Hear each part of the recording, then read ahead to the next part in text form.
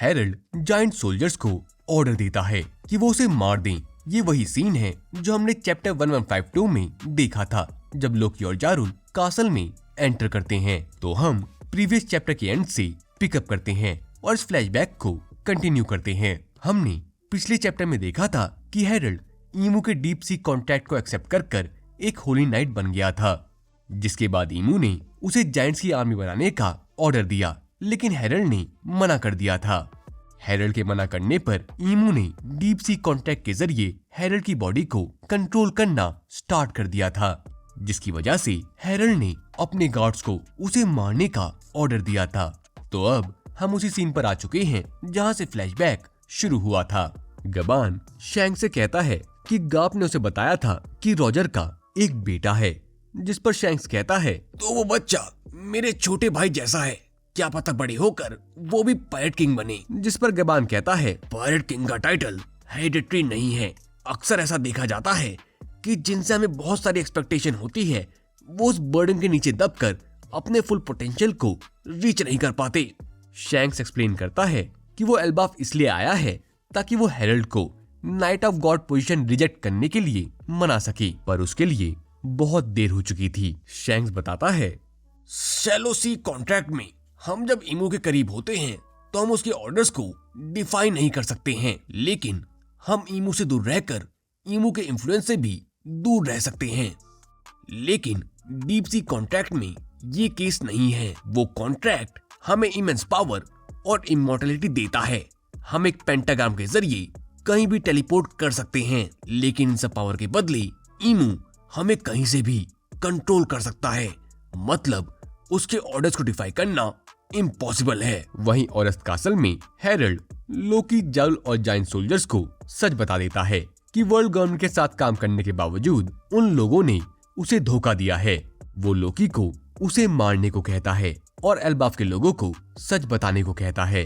Herald लोकी को order देता है कि वो एल्बाफ के लेजेंडरी डेविल फ्रूट को खा ले, क्योंकि उसके बिना लोकी उसे नहीं हरा पाएगा। हेरल्ड अपना पूरा होश खो चुका था, एक क्रूअल मॉन्स्टर बन चुका था। वो सब पर अटैक करता है। जारुल के सर में भी वो स्वॉर्ड घुसा देता है। ये सब देखकर एक क्वेश्चन मेरे मन में आ रहा है कि जब जारुल को पता था कि एल्बाफ को बचाने के लिए लोकी को किंग हेरल्ड को मारना पड़ा, तो उसने बाकी लोगों को लोकी को झूठे केस में कैद करने क्यों दिया। इसके दो मतलब हो सकते हैं।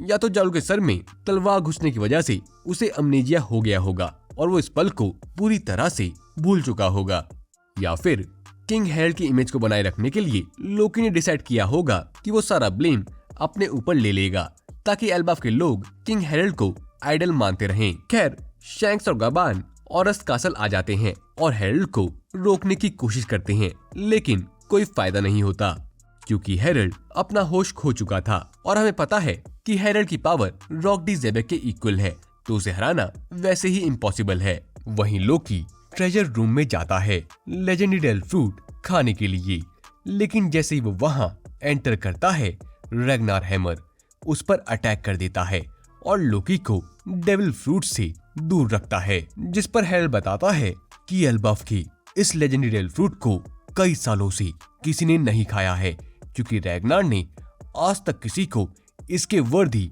नहीं माना है। इसका मतलब ये हो सकता है कि लास्ट टाइम ये फ्रूट वॉइड सेंचुरी के टाइम यूज हुआ था, और ऑनेस्टली ये बिल्कुल निक का फ्रूट जैसा ही लगता है। लूफी का फ्रूट भी लास्ट टाइम जॉय बॉय ने यूज किया था अराउंड 800-900 साल पहले, तो पॉसिबल है कि एल्बाफ का लेजेंडरी डेविल फ्रूट उसी एरा का हो।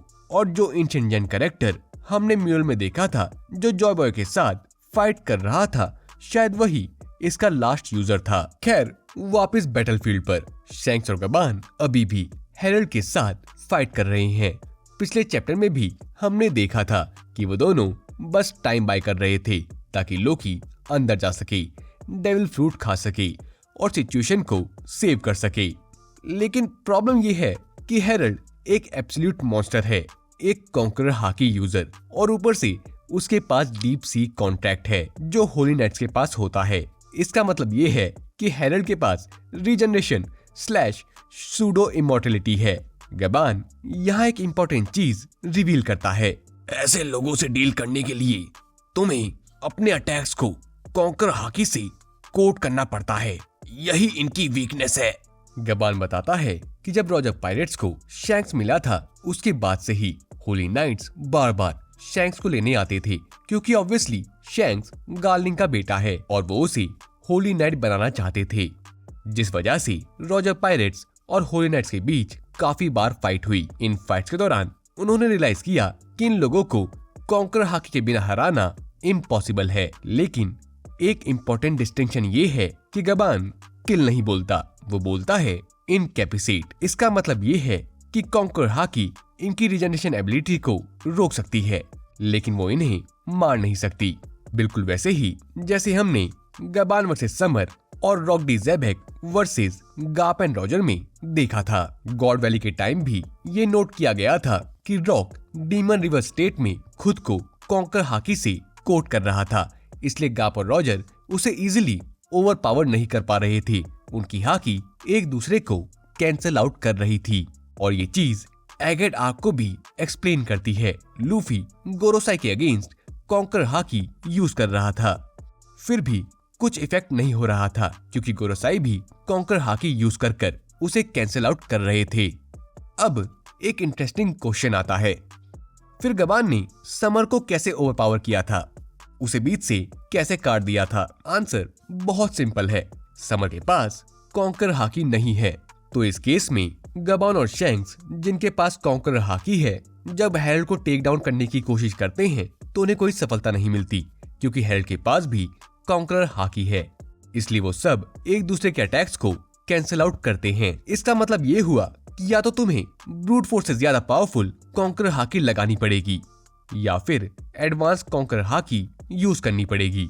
एंड ऑफ द डे ये वही बात हो जाती है जो रॉजर और गाप पहले भी कह चुके हैं, अपने अटैक्स में ज्यादा मास और इंटेंट डालो, तब जाके वो वॉल टूटेगी।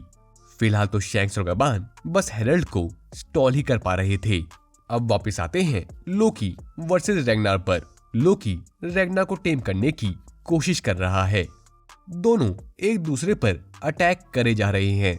फाइट इतनी इंटेंस होती है कि लोकी रैग्नार को हिट करते हुए अपना खुद का हैमर तोड़ देता है, जिसके बाद अचानक रैग्नार ट्रांसफॉर्म हो जाता है, क्योंकि लोकी के हमले से उसे बहुत पेन होता है और वो एक स्क्विरल में बदल जाता है। अब ये कैसे पॉसिबल है कि वेपन ने डेविल फ्रूट कैसे खाया? इसके बारे में मुझे अभी कोई आइडिया नहीं है, बट होपफुली शायद फ्यूचर में इस चीज को भी एक्सप्लेन किया जाएगा। रैग्नार भी बिल्कुल शैमरॉक की स्वॉर्ड जैसे है, जो एक डेविल फ्रूट कंज्यूमिंग वेपन है। और इंटरेस्टिंगली ऑलमोस्ट हर बार जब किसी आइटम ने डेविल फ्रूट खाया है वो जोआन ही होता है। खैर, रैग्नार अपनी फुल जोआन फॉर्म में आ जाता है और वो लोकी को डेविल फ्रूट खाने देता है। जैसे ही लोकी वो डेविल फ्रूट खाता है, हम देखते हैं कि उसके हाथ क्लॉज जैसे हो जाते हैं और उसकी बैक पर स्पाइक्स निकलते हुए दिखते हैं। ऑनेस्टली ये पूरा सीक्वेंस समझना काफी मुश्किल है, पैनल्स बहुत छोटे हैं तो कुछ क्लियरली समझ नहीं आता। अनफॉर्चुनेटली हमें लोकी का फुल ट्रांसफॉर्मेशन नहीं दिखाया जाता और डेविल फ्रूट का नाम भी रिवील नहीं होता। फ्रूट खाने के बाद लोकी थ्रोन रूम में आता है, जहाँ हेरल्ड अभी भी रैम्पेज कर रहा होता है, गार्ड्स को मार रहा होता है। ऑब्वियसली वो गबान और शैंक्स को नहीं मार पाता। अब लोकी रैग्नार के साथ थ्रोन रूम में घुसता है, डेविल फ्रूट की पावर के साथ वो ट्रांसफॉर्म करता है, लेकिन ये ट्रांसफॉर्मेशन दिखाई नहीं जाती, बस वॉल पर उसकी शैडो दिखाई जाती है। शैडो देखने से लगता है कि वो हेरल्ड के हेड को पकड़ता है और उस पर अटैक करता है। ऑनेस्टली गाइस, इस सीन को क्लियरली रीड करना काफी टफ है, लेकिन एंड में लोकी हेरल्ड को इतना कमजोर कर देता है कि मोमेंटरली हेरल्ड ईमू के इन्फ्लुएंस को रोक पाता है। हेरल्ड कंफर्म करता है कि लोकी के पास कॉन्करर हाकी है और वो लोकी को उसे मारने को कहता है, इससे पहले कि ईमू दोबारा उसकी बॉडी को कंट्रोल कर ले। वो लोकी से कहता है, मेरे बेटे, मैं तुझसे बहुत प्यार करता हूँ और मुझे इस सब के लिए माफ कर देना। इस मोमेंट में हेरल्ड अपनी डिफेंसिव कॉन्कर हाकी कोटिंग को हटा देता है और लोकी रैग्नार को फुल फोर्स से स्विंग करता है। लास्ट पेज में दिखाया जाता है कि हेरल्ड लिटरली मल्टीपल पीसेस में टूट जाता है।